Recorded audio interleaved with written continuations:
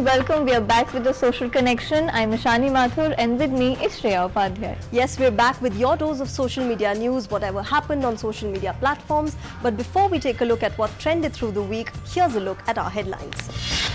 See how social media platforms handle abuse against women. Beware of social screening, it might get you rejected at work. YouTube offline mode now available in India. A recent report criticizes social media companies for their lack of transparency in the way they handle complaints against women abuse on their platforms. A new study from Take Back the Tech campaigns details and grades how Twitter, YouTube and Facebook respond to abuse claims by women. The report, which was released as part of the Association for Progressive Communications campaign, analyzed their user policies and public response to international abuse incidents over the past 5 years. While the report's findings vary widely by platform, it points out to one sweeping issue across the board: a total lack of transparency around how much abuse actually goes down on social media, particularly directed at women, and how social media companies deal with it. The study, commissioned by the Dutch government, analyzed the statistics, researching their responses and transparency regarding harassment. Take Back the Tech's report card hands out myriad of grades such as C's, D's and chillingly F's. Taking into account topics such as responsiveness to non-US European women, received F's for all three platforms. Facebook received a C, with the other two companies getting an F for proactive steps to eradicate violence against women.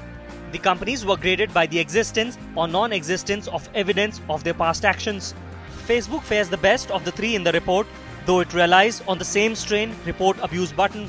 It attempts to resolve all issues within 72 hours and even has a chart on its pages that shows what happens when victims report abuse. Clearly though, if this study is accurate, Facebook, Twitter and YouTube have a long way to go in making women feel safe online, and we have a long way to go as decent human beings. We all know that employers scrutinize our social media profiles before hiring us. But how many of us literally take care of what we post online, keeping in mind that we might just get rejected one day based on that? Here's a report. Whether you like it or not, hirers scrutinize your social media profiles to find out if you can be their potential employee. According to a survey by job site Career Builder India, 68% of employers do a major background check to decide against hiring a candidate on finding negative details. As many as 59% employers currently use social media to research on job candidates, while another 33% are still planning to access the platform soon.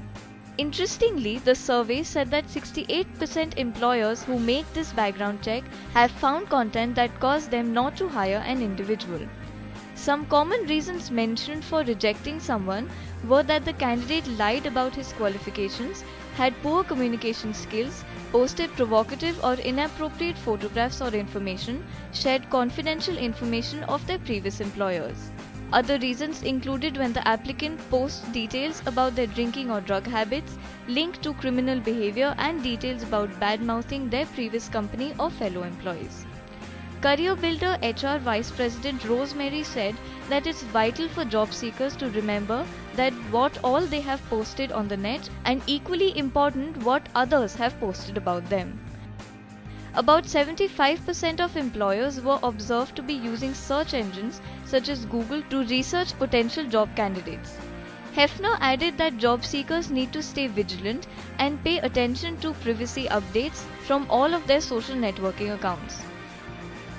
Meanwhile, employers surveyed said that they are likely to hire the candidate whose background supported their professional qualifications, their personality was clearly a good fit within the company culture, had great communication skills, is creative, and have a wide range of interests, among others. Next up, Google has announced that YouTube will now be available in its offline mode in India. This means that users can now download videos on the YouTube app and view it later without a data connection. Take a look. Google will soon allow Android users in India to download YouTube videos and watch them offline. The announcement was made alongside its first Android One smartphones. The company said this new feature will be beneficial for those with a slow connection or who wish to watch videos without using up a data plan. The feature will be useful in India, which has slower internet speed, poor 3G connectivity and expensive data plans.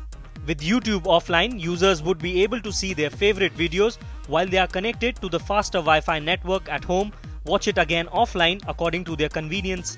Google hasn't mentioned the exact details yet and has not specified if there is a restriction on the number of videos you can download. With unlimited video viewing, users may never have to pay for data charges again, and how Google will earn advertising revenue from offline videos remains to be seen. Let's move on and catch up with the top trends on Facebook and Twitter. Chinese President Xi Jinping's 3-day visit to India got a huge response on social media, and hashtag Xi Jinping Modi Ahmedabad and China trended on Twitter. Xi Jinping's visit was the talking point for both the national as well as social media, as the Chinese president was also a top trend on Facebook. Hashtag Scotland decides, Scotland and United Kingdom kept trending as the nation voted no for independence from the United Kingdom this week. Facebook campaign for yes and no respectively saw millions joining in and holding discussions on the same.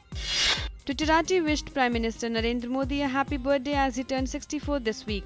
Hashtag Happy Birthday PM trended on top for the whole day.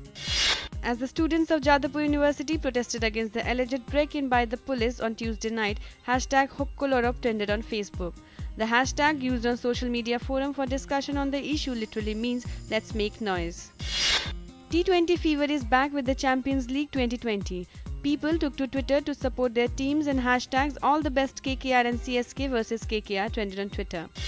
Renowned mandolin exponent U. Srinivas, who took the Carnatic music world by storm in the late 70s as a child prodigy, died this week at 45. World music lovers mourned the death of the mandolin exponent as he trended on Facebook.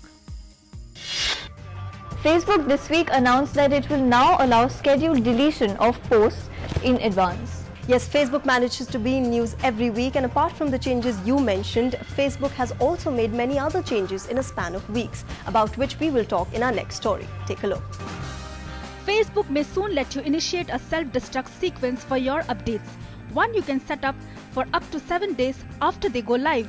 Facebook is testing a new ephemeral feature, one ever so slightly reminiscent of Snapchat's blink and you miss them snaps for users who would rather not have their status updates stick around for eternity.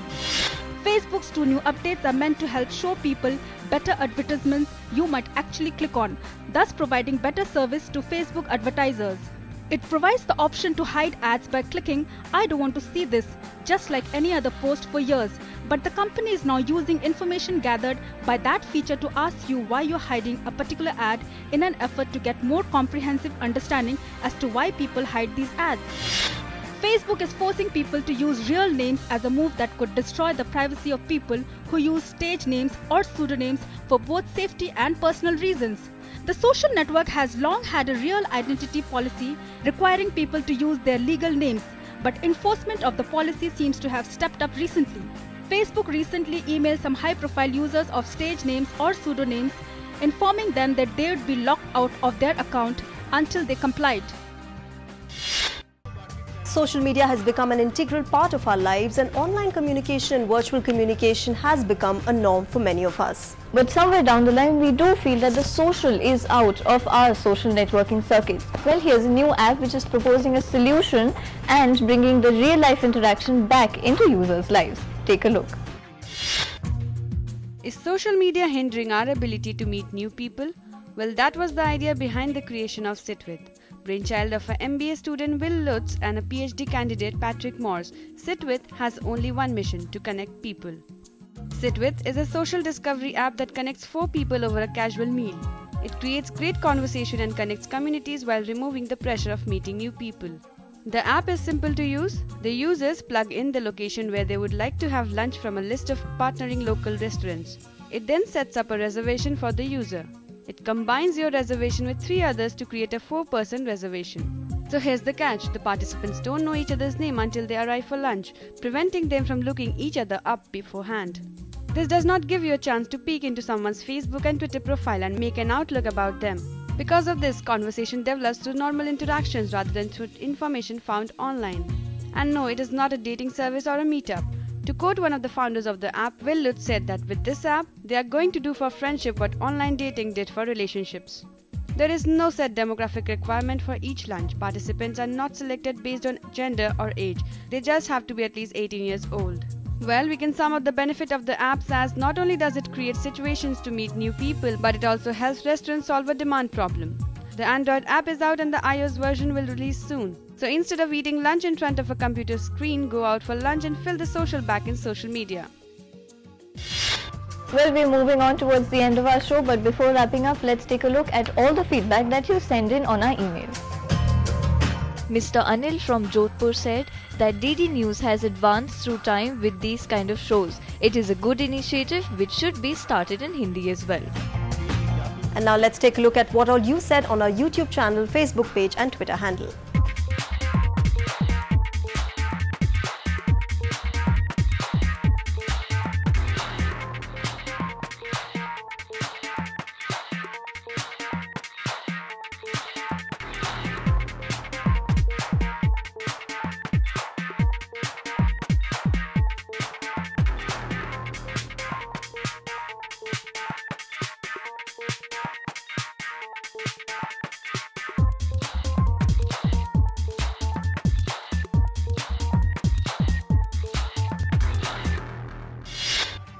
Well, this is the end of our show. Thank you again so much for all the feedback that you send in week after week. Don't forget to join us again next week, same time, same place, to get your dose of social media news. Continue writing to us via email on our Twitter handle or on our Facebook page. And if you missed any of our shows, you can catch them on our YouTube channel.